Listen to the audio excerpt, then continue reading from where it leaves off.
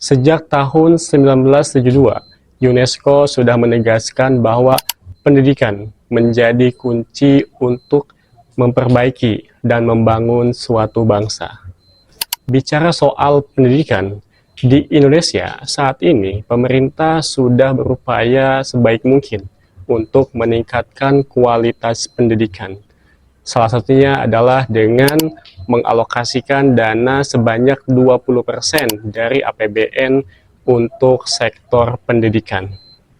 Namun, pada faktanya, saat ini pendidikan Indonesia sedang dijangkiti beberapa masalah. Secara garis besar, masalah yang sedang menjangkiti pendidikan di Indonesia itu dapat dibagi menjadi dua. Yang pertama adalah masalah dalam ruang lingkup yang makro atau yang luas. Yang kedua yaitu masalah dalam ruang lingkup yang mikro atau secara sempit. Nah, bagaimana kita bisa mengetahui kalau pendidikan kita itu bermasalah? Salah satu indikatornya adalah hasil survei PISA yang dilakukan pada tahun 2019. Kita babak belur oleh pernyataan PISA yang menyatakan bahwa kualitas pendidikan Indonesia itu sangat rendah, yaitu ada di peringkat paling rendah yang ke-6 dari bawah. Ini merupakan hasil yang menyakitkan. Nah, oleh karena itu, penting untuk kita mengetahui masalah apa saja yang sedang menjangkiti pendidikan kita, yang kemudian kita cari solusinya secara bersama-sama. Nah, di video kali ini saya akan mengungkapkan beberapa masalah pendidikan, baik itu secara makro atau luas, maupun secara mikro atau masalah dalam artian yang sempit. Oke, kita mulai dari ruang lingkup yang makro atau secara luas. Yang pertama adalah kurikulum yang membingungkan dan terlalu kompleks. Dari awal kemerdekaan, kurikulum pendidikan kita itu berganti kurang lebih 10-11 kali. Nah, dengan banyaknya pergantian ini menimbulkan kebingungan, bukan hanya bagi siswa, tapi bagi pendidik dan juga orang tua tentunya. Di saat siswa, pendidik, orang tua mulai bisa beradaptasi dengan kurikulum yang sudah ada, mereka akan dipaksa kembali untuk beradaptasi dengan kurikulum yang baru. Nah, tentu ini menimbulkan kebingungan dari berbagai elemen pendidikan. Kemudian kalau kita amati lebih mendalam, isi dari kurikulum itu cukup kompleks atau rumit. Salah satunya adalah banyaknya materi yang harus dipelajari oleh siswa. Apa dampaknya dari banyaknya materi yang harus dipelajari oleh siswa? Dampaknya adalah siswa kesulitan buat mengenali potensi, minat atau bakat pada dirinya karena banyaknya materi yang harus dia pelajari. Bagaimana solusi untuk mengatasi masalah ini? Nah, yang pertama, pemerintah harus bisa mulai untuk menyederhanakan kurikulum, terutama pada materi pembelajaran. Cukup yang penting-penting aja yang dimasukkan ke kurikulum, jangan semuanya dimasukin. Cukup yang paling penting yang menunjang masa depan siswa dan tujuan pembelajaran. Kalau pemerintah enggan buat menyederhanakan kurikulum, pemerintah bisa menggunakan cara alternatif yang kedua, yaitu dengan mengadakan pelatihan setiap pendidik.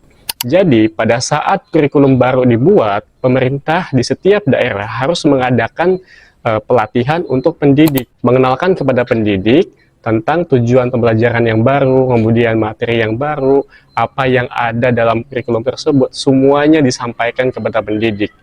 Metode pembelajaran, model pengajaran, dan lain sebagainya. Sehingga pada saat pendidik mau mengajar kepada siswa, dia sudah siap karena sudah dibekali melalui pelatihan tadi. Masalah yang kedua yaitu pendidikan yang tidak merata. Di sebagian wilayah, terutama di desa-desa terpencil, banyak anak-anak yang kesulitan untuk mendapatkan akses pendidikan.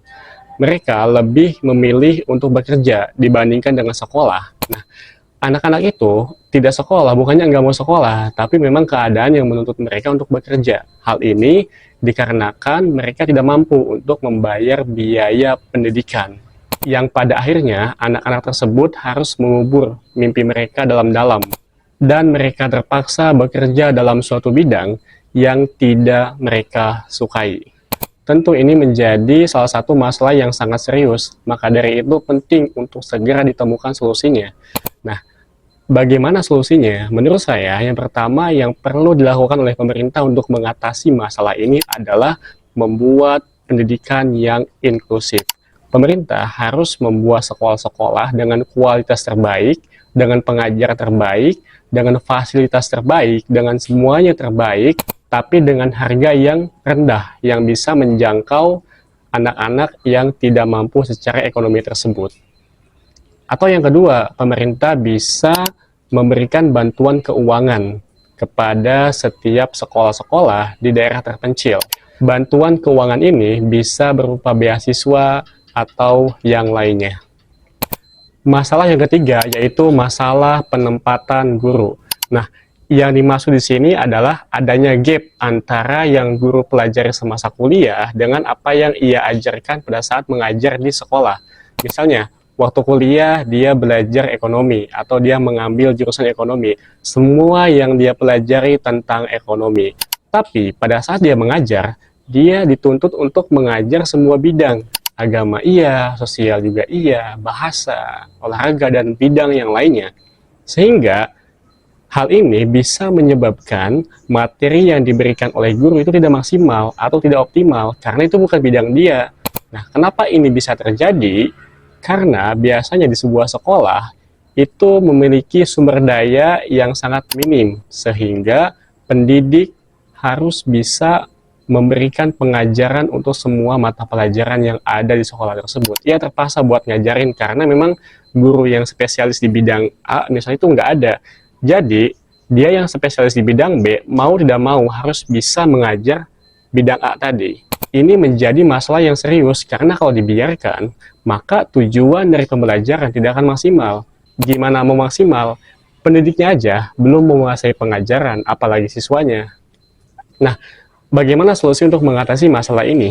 Solusinya adalah dengan meningkatkan sistem penempatan guru. Pemerintah di sini punya peran yang sangat penting, yaitu menyeleksi dengan ketat dan memastikan bahwa guru mengajar sesuai dengan bidang atau kompetensi yang dia miliki.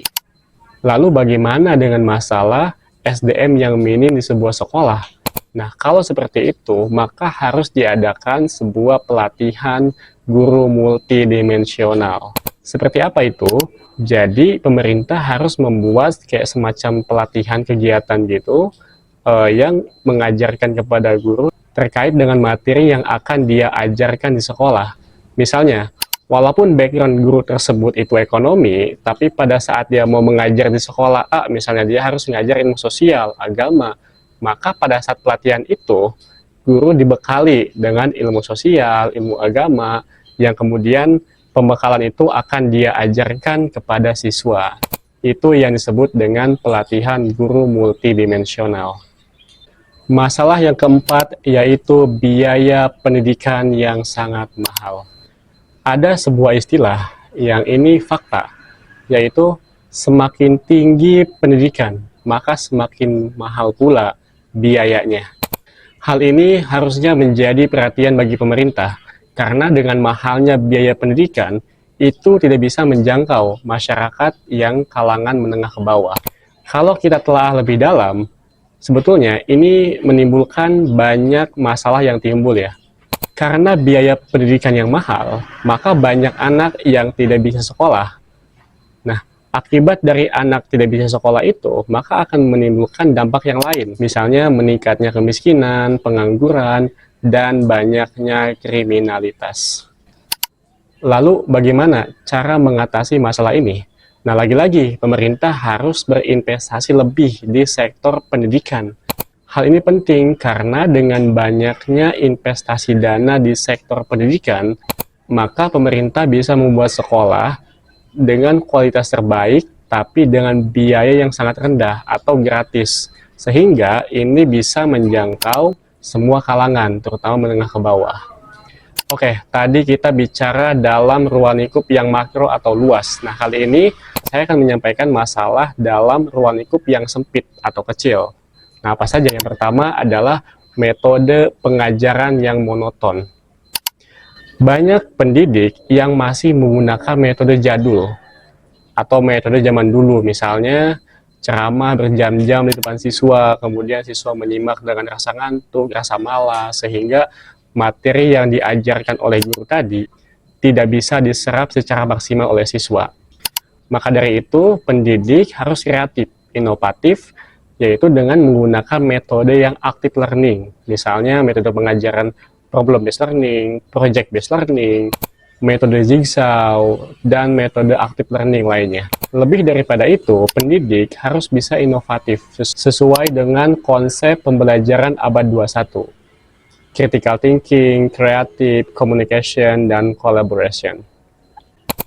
Pendidik harus menggunakan model pembelajaran yang inovatif, misalnya menggunakan aplikasi kayak Wordwall, kemudian Google Site, dan aplikasi berbasis teknologi lainnya.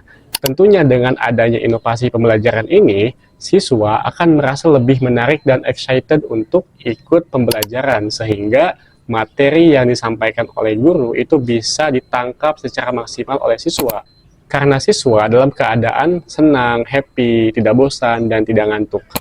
Masalah yang kedua, yaitu sarana dan prasarana yang kurang memadai.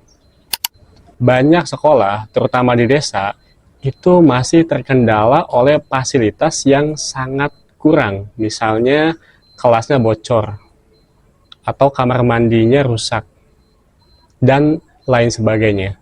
Padahal, kalau kita perhatikan, fasilitas itu sangat berpengaruh terhadap hasil pembelajaran siswa. Kenapa? Karena kalau siswa itu mendapatkan fasilitas yang lengkap, yang nyaman, dia tenang belajarnya, sehingga ia bisa maksimal dalam proses pembelajaran, karena dia nyaman, karena dia tenang. Nah, sebaliknya kalau seandainya fasilitasnya itu misalnya kurang, atau rusak, atau kelasnya bocor, itu mengganggu kenyamanan siswa, sehingga ia merasa tidak nyaman, dan pada akhirnya proses pembelajaran tidak maksimal, karena siswa merasa terganggu dengan minimnya fasilitas yang ada. Kemudian bagaimana cara mengatasi masalah ini? Yang pertama yaitu dengan meningkatkan pengawasan. Diawasi apakah alokasi dana yang diberikan oleh Pemda itu sesuai sasaran, atau ada penyalahgunaan dana. Nah, ini perlu. Kemudian yang kedua, adanya program perbaikan secara rutin. Nah, setelah fasilitas dibuat, tentu adanya pemeliharaan dan perbaikan. Ini penting untuk menunjang kenyamanan siswa dalam belajar. Percuma saja misalnya di awal pembuatan sekolah, fasilitasnya oke nih, banyak banget, lengkap. Tapi didiemin aja, nggak diperbaikin, nggak dipelihara, dan pada akhirnya rusak.